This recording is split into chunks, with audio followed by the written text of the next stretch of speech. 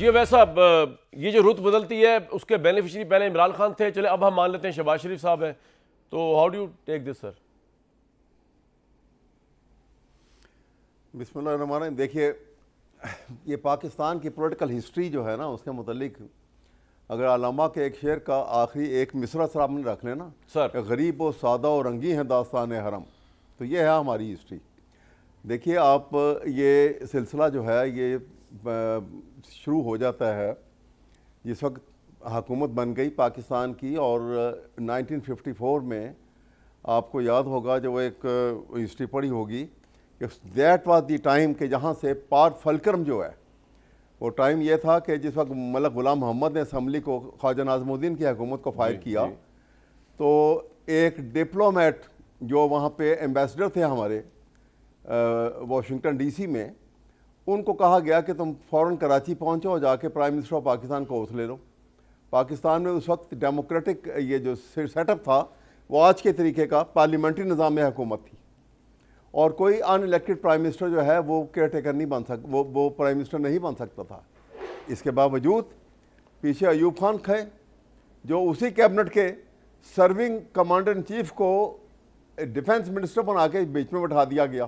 Sir यहाँ से सिलसिला शुरू होता है। और मौजूदा हालात पे आ जाए, नवाज शरीफ से स्टार्ट कर लेते हैं, उनके साथ क्या हुआ 2017 में? नहीं, मैं आपको थोड़ी सी देखें, मैं आपको वो नवाज शरीफ क्योंकि उसी कोख से जन्म ले रहे हैं ना, तो इसलिए वो चलता आएगा सिलसिला। अब उसके बाद अयूब खान ने इलेक्शन लड़ा, और वही फातिमा जना जो मादर मिल्लत, उन्हीं को गद्दार कह दिया, उन्होंने गद्दार वतन कह दिया। उसके बाद आगे चल के आते हैं वो GM सैयद, जिन्होंने सिंध असम्बली में पूरे हमारे इस पाकिस्तान के अंदर, पंजाब में पाकिस्तान बनने तक कोई पाकिस्तान की हक का रेजोल्यूशन पास नहीं हुआ, सिंध असम्बली में रेजोल्यूशन पाकिस्तान का पास हुआ, और किसने प्रेजेंट किया था? वो GM सैयद ने किया था, और वो गद्दार वतन फौजियों ने, इन्हीं अयूब खान ने डिक्लेयर किया उसको। इसी तरह से और आगे आ जाए इसको वली खान को। सर लंबा हो जाएगा, 2017 में आ जाए जब इमरान खान साहब ने मिलकर नवाज शरीफ को गद्दार डिक्लेयर किया। बात सिर्फ आपको जी सर, जी मैं यही कह रहा हूँ कि उसके बाद आपने परवेज़ मुशर्रफ साहब, जब नवाज शरीफ ने एक कॉन्स्पिरेसी के जरिए उनको हटाया, वो भी गलत तरीका था, और जो उन्होंने किया वो उससे गलत तरीका था। ठीक है, मैं हकीकत की बात यह है कि जो उन्होंने किया उसको कोई जस्टिफाई तो नहीं कर सकता, बिल्कुल। एटलीस्ट मैं तो नहीं कि I am one of them कि मैंने तो परवेज़ मुशर्रफ के खिलाफ as president of the high court bar बाकायदा एक पूरी मुहिम चलाई थी उनको प्रोसिक्यूट करने की। तो मैं अर्ज कर रहा हूँ कि ये ख़तरनाक तारीख जो है बिटवीन द लॉ टसल जो है, ये टसल किसकी है? कानून और ताकत के दरमियान ये ख़तरनाक टसल है, जो आप एक ख़तरनाक एंड तरफ एक सूरत अख्तियार करके एक ऐसी टर्मिनल की तरफ जा रही है कि जो बहुत वोलेटाइल लगता है मुझे, कि शायद यहाँ से जो ये बर्स्ट आउट होगा वो बड़ा वोलेटाइल होगा, बड़ा ख़तरनाक होगा। क्योंकि ये देखिए, भुट्टो साहब जैसे भी आए, वही मुजीबुर रहमान जो अपने आप को कह रहा था कि अब मैं प्राइम मिनिस्टर हूँ पाकिस्तान का, उसको गद्दार वतन करके आपने बंद कर दिया पाकिस्तान के अंदर, वहां से उठा के इधर ले आए। ठीक है, और उसके बाद ऑनरेबल उनको रिलीज किया गया,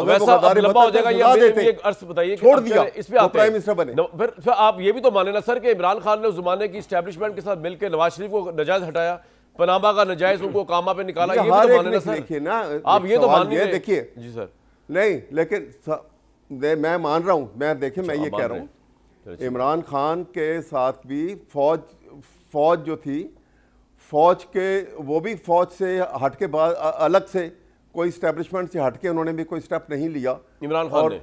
उन्होंने भी उसको जो लिम ऑफ द गवर्नमेंट थी उसको अपने सिर पे चढ़ाए रखा, और उसके कॉन्सिक्वेंसेस उन्होंने भी देखे। बाजवा साहब का जो रोल रहा वो आपके सामने है।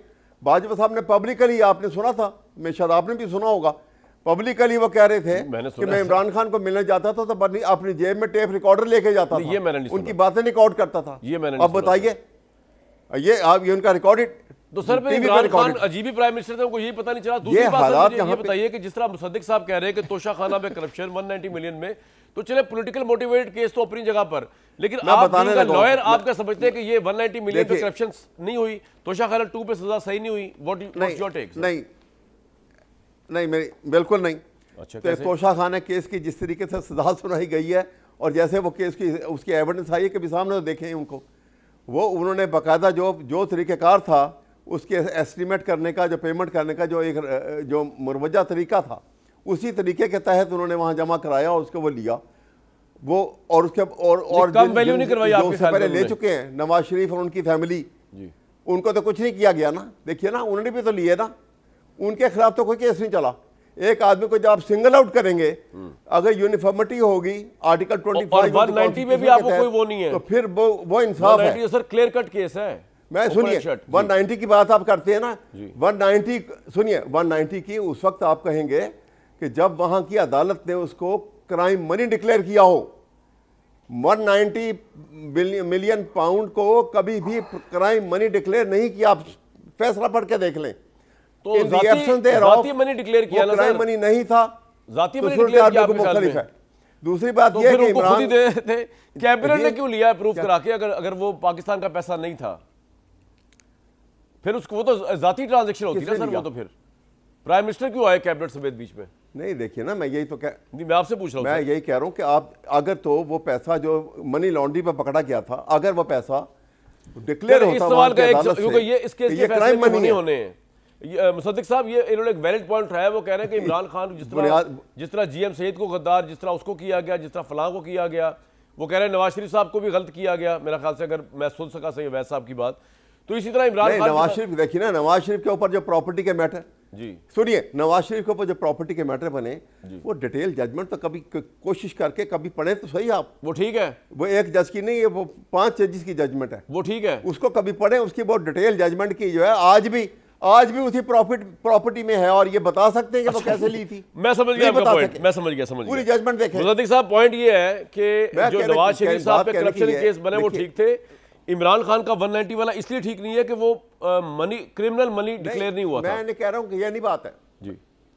मैं अगर क्रिमिनल मनी डिक्लेयर होगा तो उसकी सर मैं जरा पूछ लूं इनसे, अगर वो क्राइम मनी डिक्लेयर नहीं हुआ तो उसकी सूरत हाल मुख्तलिफ। क्विकली मुसद्दिक साहब, मेरा कहने का मतलब ये है, हिफ्ज़ किया हुआ केस 190। सुनिए मेरी बात सुनिए, मैं ये कह रहा हूं कि जब तक के हम पाकिस्तान के अंदर क्राइम को क्राइम नहीं समझेंगे, पाकिस्तान में जो ऑफेंस जो है फाइनेंशियल जो ब्रीच ऑफ ट्रस्ट को हम जब तक क्रिमिनल ऑफेंस नहीं समझेंगे, जब तक इसको हम अमानत में ख़यानत नहीं समझेंगे, जब तक हमारे हालात ठीक नहीं होंगे। सर आपका पॉइंट आ गया। जब तक पाकिस्तान के आइन के अंदर रूल ऑफ लॉ के तस्वर को हम आगे लेके नहीं चलेंगे, और जब एक आदमी आएगा और वो अपनी कहेगा कि ये देखो मेरे बंदूक में ताकत ज्यादा है कि कॉन्स्टिट्यूशन में ताकत ज्यादा है, सर आपका पॉइंट आ गया।